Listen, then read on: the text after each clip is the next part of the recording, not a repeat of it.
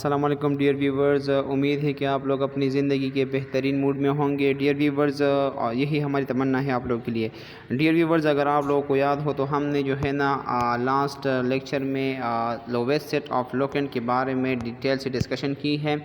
आज जो है ना हम ये पढ़ेंगे कि फॉर एग्ज़ाम्पल कभी कभार हमारे साथ lowest set of locant rule fail भी हो जाता है। ठीक है, जब lowest set of locant rule हमारे साथ फेल हो जाते हैं तो फिर उस केस में हम क्या करेंगे, इन चीज़ों के बारे में जो है ना हम बात करेंगे कि उस केस में हम फिर क्या करेंगे। ठीक है, lowest set of locant rule क्या है। ठीक है, मैं यहाँ पे दोबारा उसको एक्सप्लेन नहीं कर सकता क्योंकि फिर ये वीडियो जो है ना बहुत लेंथी हो जाएगी, लेकिन मैं हाईलाइटली आपको बताता चलूँ कि लोवेस्ट सेट ऑफ लोकेंट का कहना है कि जब भी हमारे साथ एक से ज़्यादा सब्स्टिट्यूएंट अटैच हो और उनकी जो है ना पोजीशन भी सेम हो तो फिर हमने क्या करना है, उसको जो है ना अल्फ़ाबेटिकल ऑर्डर में उसको जो है ना हमने क्या करना है, लोवेस्ट पोजीशन वाले जो सीक्वेंस है उसी को जो है ना हमने फॉलो करना है।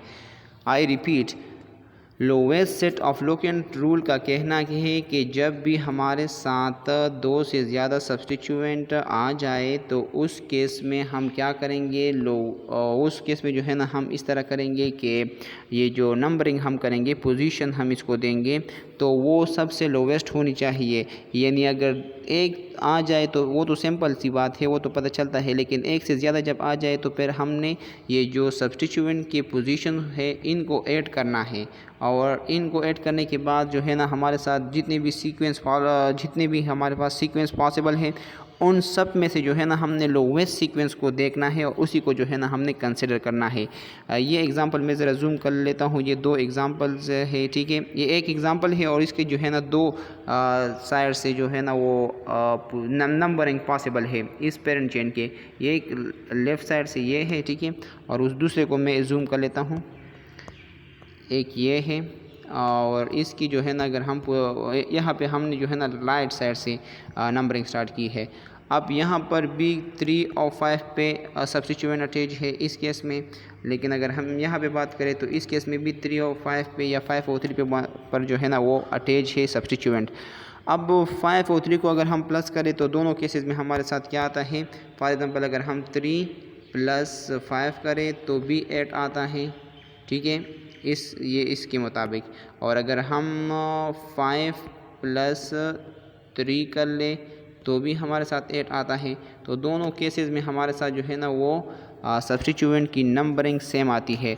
अब इस केस में हम क्या करें, ये जो है ना lowest set of locant rule की यहाँ पे हमारे पास ये रूल फेल हो जाते हैं। ठीक है, तो इस केस में हम क्या करेंगे, इस केस में जो है ना हमने क्या करना है, देखिए यहाँ पे मैंने आपको बताया है कि इस केस में हमने अल्फ़ाबेटिकल ऑर्डर के ज़रिए से इन चीज़ों को ये जो सीक्वेंस होता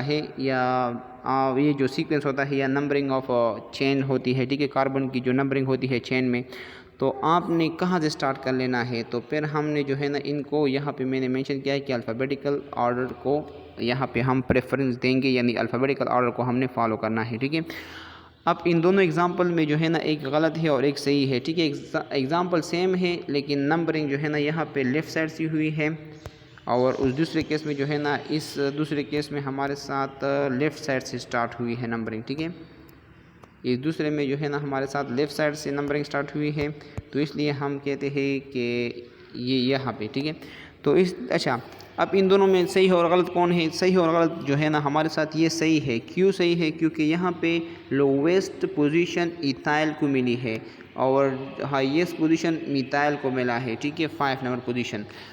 इथाइल के मिथाइल के M से अल्फ़ाबेटिकल ऑर्डर में पहले आता है। सो यहाँ पे जो है ना हम इसलिए कहते हैं कि ये हमारे साथ सही मेथड है, ये सीक्वेंस हमारे साथ जो है ना वो सही है, ये रूल्स के मुताबिक सही है, और ये वाला जो है ना वो गलत है। क्यों गलत है, क्योंकि यहाँ पे अगर हम बात करें, यहाँ पे मिथाइल को जो है ना 3 पोजीशन मिली है और इथाइल को जो है ना इसको 5 पोजीशन पर मेंशन किया है। क्यों किया है और ये क्यों गलत है, क्योंकि इथाइल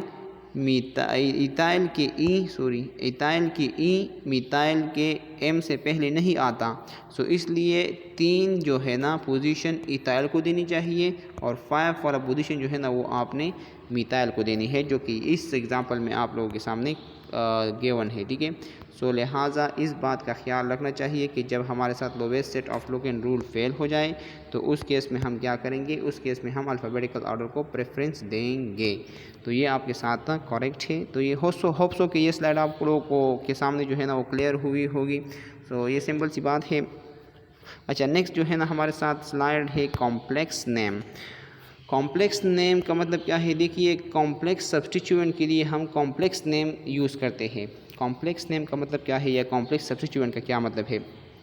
कॉम्प्लेक्स सब्स्टिट्यूएंट का मतलब ये है कि हमारे साथ जब पेरेंट चेन के साथ हमारे पास जब कोई सिचुएशन आ जाता है जिसमें पेरेंट चेन के साथ एक ऐसा सब्स्टिट्यूएंट अटैच हो जो वो सब्स्टिट्यूएंट उसके साथ फर्दर और सब्स्टिट्यूएंट भी अटैच हो। पेरेंट चेन के साथ एक सब्स्टिट्यूएंट अटैच है और उसी सब्स्टिट्यूएंट के साथ फर्दर और भी सब्स्टिट्यूएंट अटैच है, तो उस सब्स्टिट्यूएंट को हम कॉम्प्लेक्स सब्स्टिट्यूएंट कहते हैं। और इसकी नंबरिंग थोड़ी सी यूनिक है, थोड़ी सी जो है ना डिफरेंट है बाकी नंबरिंग और नेमिंग वगैरह बाकी सब्स्टिट्यूएंट की केसेस में। ठीक है, यानी सिंपल सब्स्टिट्यूएंट की केस से जो है ना ये जो है ना डिफरेंट है। ये पिक्चर मैंने थोड़ा सा जूम किया है। देखिए, ये हमारे पास जो है ना वो ये वाला, एक मिनट, ये वाला जो है ना हमारे साथ एक कॉम्प्लेक्स सब्स्टिट्यूएंट है। ठीक है, ये हमारे पास इस पेरेंट चेन के साथ साथ जो है ना उसके फर्दर सब्स्टिट्यूएंट भी है। इसको मैं थोड़ा सा बड़ा लिख के जो है ना स्क्रीन के ऊपर लिखने की कोशिश करता हूँ तो आपको सही तरीके से समझ आएगा। एक मिनट, इसको जो है ना बड़ा करके मैंने लिखना है, तो सबसे पहले इसको रिमूव कर लूँगा और यहाँ पे जो है ना मैंने इसको दोबारा लिखना है। फॉर एग्ज़ाम्पल देखिए, अगर हम इस तरह करें, ये थोड़ा सा बड़ा कर लेते हैं। ठीक है, ये इस तरीके से है। फॉर एग्ज़ाम्पल ये इस तरीके से आया और ये वाला जो है ना पोर्शन इस तरीके से है। अब यहाँ पे देखिए, यहाँ पे जो है ना अगर आप गौर से देखिए तो ये हमारे साथ एक कार्बन है, ये हमारे साथ दूसरा कार्बन है और ये सारा जो है ना इस पेरेंट चेन के साथ ये इसका सब्स्टिट्यूएंट है। ठीक है, ये इसका सब्स्टिट्यूएंट है। लेकिन अगर आप इसी सब्स्टिट्यूएंट को देखें ना तो ये एक कार्बन या ये है कार्बन यानी मिथाइल ग्रुप और दूसरा कार्बन ये है, ये भी एक मिथाइल ग्रुप है। तो ये फर्दर सब्स्टिट्यूएंट है हमारे साथ। हम ये कहते हैं कि ये जो है ना ये इसके साथ फर्दर सब्स्टिट्यूएंट अटैच है। तो अब ये हमारे साथ बन गया कॉम्प्लेक्स सब्स्टिट्यूएंट। अब इस कॉम्प्लेक्स सब्स्टिट्यूएंट की जब भी हम नंबरिंग करेंगे और इसकी नेमिंग वगैरह को मेंशन करेंगे तो सबसे पहले काम हमने क्या करना है, सबसे पहले जो है ना हमने पेरेंट चेन को नाम देना है, सॉरी नंबरिंग देनी है। पेरेंट चेन को जब हम नंबरिंग असाइन कर लेते हैं तो सब ये जो कॉम्प्लेक्स सब्स्टिट्यूएंट है उसका जो नंबर होता है उसको जो है ना हमने रिकॉग्नाइज़ करना है, कि सॉरी पोजीशन उसको रिकॉग्नाइज़ करना है। तो उसकी पोजीशन रिकॉग्नाइज़ करने के बाद जो सब्स्टिट्यूएंट में मज़ीद जो कुछ मौजूद है हमने इनको जो है ना हमने पैरेंथेसिस में क्या करना है, इनक्लोज करना है, जो कि यहाँ पे आपको दिखता है। ये पैरेंथेसिस ओपन है और ये पैरेंथेसिस का क्लोज साइन है। ठीक है, तो यहाँ पे हमने कॉम्प्लेक्स सब्स्टिट्यूएंट को पैरेंथेसिस में रिप्रेजेंट किया है, ये रूल है। ठीक है, जो सबसे ज़रूरी बात और कंफ्यूजिंग बात है कॉम्प्लेक्स सब्स्टिट्यूएंट के केस में वो ये है कि पिछले वीडियो में मैंने आप लोगों को बताया था कि सिंपल सब्स्टिट्यूएंट के केस में हमारे साथ पिछले या बिल्कुल जो हमारे साथ प्रीफिक्स होते हैं डाई, ट्राई, टेट्रा एक्सेट्रा, यानी यहाँ पे ये जो है, ठीक है, इस तरह की जो प्रीफिक्स है वो हम अल्फ़ाबेटिकल ऑर्डर में कंसिडर नहीं करते सिंपल सब्स्टिट्यूएंट के केस में। लेकिन आई रिपीट, देखिए ये बात गौर से सुने, जब हमारे साथ कॉम्प्लेक्स सब्स्टिट्यूएंट आता है तो वहाँ पे और उस कॉम्प्लेक्स सब्स्टिट्यूएंट के नेम में डाई, ट्राई, टेट्रा वगैरह की प्रीफिक्स आ जाए तो उनको हम अल्फ़ाबेटिकल ऑर्डर में कंपेयर करते हैं। ठीक है, अब ये नेम जो है ना लिखा गया है, ये जो इस कंपाउंड का क्या है IUPAC नेम असाइन किया गया है, तो ये आप लोगों को बड़ा अजीब सा लगेगा कि ये डाई जो है ना वो सेम है और मिथाइल और इथाइल में ई तो पहले आता है, होना तो ये चाहिए था कि 3,5 डाई इथाइल और पे ये पहले लिख ले, लेकिन यहाँ पे जो है ना हमने बाद में लिखा है। क्यों लिखा है? क्योंकि मैंने आपको अभी बता दिया कि कॉम्प्लेक्स सब्स्टिट्यूएंट के केस में ये जो डाई, ट्राई और टेट्रा एक्सेट्रा के प्रीफिक्स है वो अल्फ़ाबेटिकल ऑर्डर में कंसिडर करते हैं, लेकिन सिंपल सब्स्टिट्यूएंट के केस में हम इनको कंसिडर नहीं करते। यहाँ ये कॉम्प्लेक्स सब्स्टिट्यूएंट है तो हम डी को कंसिडर करेंगे, आल तो कि ये प्रीफिक्स है, ये रूल है कॉम्प्लेक्स सब्स्टिट्यूएंट के लिए। यहाँ पे जो डाई है ये हम यहाँ पे इसको कंसिडर नहीं करेंगे डी आई को, ठीक है। हम जो है ना ई से स्टार्ट लेंगे, यहाँ पे हम ई को कंपेयर करेंगे। तो ई और डी का जब हम मुकाबला करेंगे अल्फ़ाबेटिकल ऑर्डर में तो हमारे साथ डी पहले आता है और फिर इसके बाद ई आता है। तो इसलिए जो है ना इस IUPAC नेम में जो है ना मैंने डाई मिथाइल को पहले मेंशन किया है और उसके बाद जो है ना इथाइल यानी डाई इथाइल हेप्टेन को बाद में मेंशन किया है, क्योंकि ये कॉम्प्लेक्स सब्स्टिट्यूएंट के लिए ये रूल है, ठीक है। सो होप सो कि ये जो है ना आप लोगों के साथ ये एग्जांपल क्लियर है। यहाँ पे स्लाइड में लिखा गया है F di tri tetra etcetera और F di tri tetra etcetera और एक minute F di tri tetra etcetera और part of a complex name, then we will consider them as an alphabetical order. So हम उसको जो है ना alphabetical order में कंसिडर कर लेंगे। Sorry, if di tri tetra etcetera etc are the part of complex name, then they will be consider in alphabetical order. हम इनको अल्फ़ाबेटिकल ऑर्डर में प्रेफरेंस देंगे, जिस तरह ये इस एग्जांपल में हमने डिस्कस की। आखिरी स्लाइड जो हमारे साथ है, अच्छा ये इसके बारे में मैं आपको बताता चलूँ, ये थोड़ा सा यूनिक केस है, ठीक है। यूनिक केस है, एक्सेप्शनल केस भी हम इसको बोलते हैं और इसी तरह की चीज़ें एग्ज़ाम कम्पिटिटिव एग्ज़ाम में आती है, ठीक है। ये अगर आप इसकी जस्टिफिकेशन के करना चाहते हो तो आप NCERT को देखिए। NCERT में ये एग्जांपल मौजूद है और ये बहुत सारे कम्पिटिटिव एग्ज़ाम में आई भी है, ठीक है। नेक्स्ट स्लाइड जो हमारे साथ है ये वाला स्लाइड, ठीक है, ये हमारे साथ नेक्स्ट एग्जांपल है इसी कॉम्प्लेक्स सब्स्टिट्यूएंट से रिलेटेड। अच्छा, ये एग्जांपल्स नंबर 2 है और इस एग्जांपल नंबर 2 को जो है ना मैंने मोहम्मद यूनुस की ऑर्गेनिक केमिस्ट्री से उठाया है, ठीक है। देखिए इसमें भी जो है ना कॉम्प्लेक्स सब्स्टिट्यूएंट है, कॉम्प्लेक्स या बिल्कुल इसमें भी हमारे साथ कॉम्प्लेक्स सब्स्टिट्यूएंट है। इस कंपाउंड की जो नंबरिंग स्टार्ट हुई है ये इसका पेरेंट चेन है, यहाँ से स्टार्ट हुआ है इस तरीके से और फिर ये ऊपर से इस तरीके से आया है और ये यहाँ से इस तरीके से, ये हमारे साथ पेरेंट चेन है, ठीक है।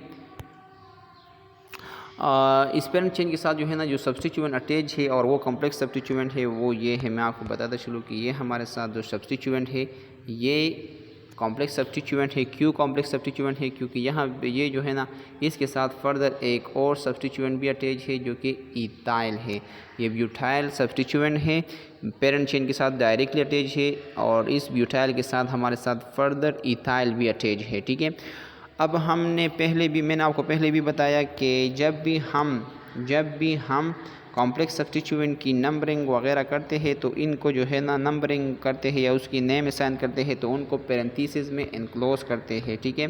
तो यहाँ पे आप लोगों को नज़र आ रही है ये पैरेंथेसिस में इनको हमने इनक्लोज किया है। पोजीशन इस पेरेंट चेन में इस कॉम्प्लेक्स सब्स्टिट्यूएंट की पोजीशन 5 है तो यहाँ पे हमने 5 लिखा है, ठीक है। अब 2 इथाइल क्यों लिखा है? क्योंकि ये हमारे साथ ब्यूटाइल है, ठीक है। ये 4 कार्बन है, 1 2 3 और एक जो है ना नज़र नहीं आ रहा, 1 मिनट, एक ये है 4 नंबर कार्बन, ठीक है। सो ये तो ब्यूटाइल हो गया, लेकिन इसके साथ जो ये इथाइल ग्रुप अटैच है ये हमारे साथ कार्बन नंबर 2 पे है ना, तो इसलिए जो है ना यहाँ पे मैंने मेंशन किया है कि ये हमारे पास 2 इथाइल है, यानी इथाइल ग्रुप हमारे साथ 2 पे अटैच है, 2 इथाइल ब्यूटाइल, ठीक है, वो ब्यूटाइल है। और 3 डाई मिथाइल डिकेन, तो 3 पोजीशन पे हमारे साथ 2 मिथाइल ग्रुप अटैच है और चूँकि साथ तमाम नंबर ऑफ कार्बन जितने इसमें इस सब्स्टिट्यूएंट में जो हमारे साथ है वो हमारे साथ कितने हैं? 10 है, तो डिकेन हमने लिखा है, ठीक है। अब यहाँ पे जो एक बात आप लोगों ने जहन में बैठानी है वो ये है, देखिए यहाँ पे एक जो पॉइंट मैं डिस्कस करना चाहता हूँ वो ये पॉइंट है कि हमने पिछले एग्जांपल में भी इसको किया है कि यहाँ पे जो इथाइल है कॉम्प्लेक्स सब्स्टिट्यूएंट को, इस पोर्शन को मैंने पहले इसलिए लिखा है क्योंकि यहाँ पे हमारे साथ इथाइल और ये कॉम्प्लेक्स नोमेनक्लेचर का ई, कॉम्प्लेक्स सब्स्टिट्यूएंट के नोमेनक्लेचर का ई, नेम का ई और ये जो सैम्पल क्या है सब्स्टिट्यूएंट है इसका एम, अगर हम इनकी अल्फ़ाबेटिकल ऑर्डर को चेक कर ले या कंपेयर कर ले तो इसमें जो है ना हमारे साथ इथाइल पहले पे आता है, तो इसलिए हमने इसको पहले मेंशन किया है और इसको जो है ना हमने इस सब्स्टिट्यूएंट को सिंपल सब्स्टिट्यूएंट को बाद में मेंशन किया है। सो होप सो कि ये पॉइंट आप लोगों के सामने क्लियर हो गई हो। मैंने जो है ना यूपैक नोमेनक्लेचर की ये पार्ट नंबर 3 है और मैंने बहुत अच्छी तरीके से समझाने की कोशिश की है। अगर आप लोगों को वीडियोस वगैरह पसंद आए हैं so kindly make sure to subscribe the channel and hit the bell icon and drop down your precious comment in the comment box as well. Inshallah we will see in the next editorial, so till that take a very nice care of yourself. See you, bye bye, tata.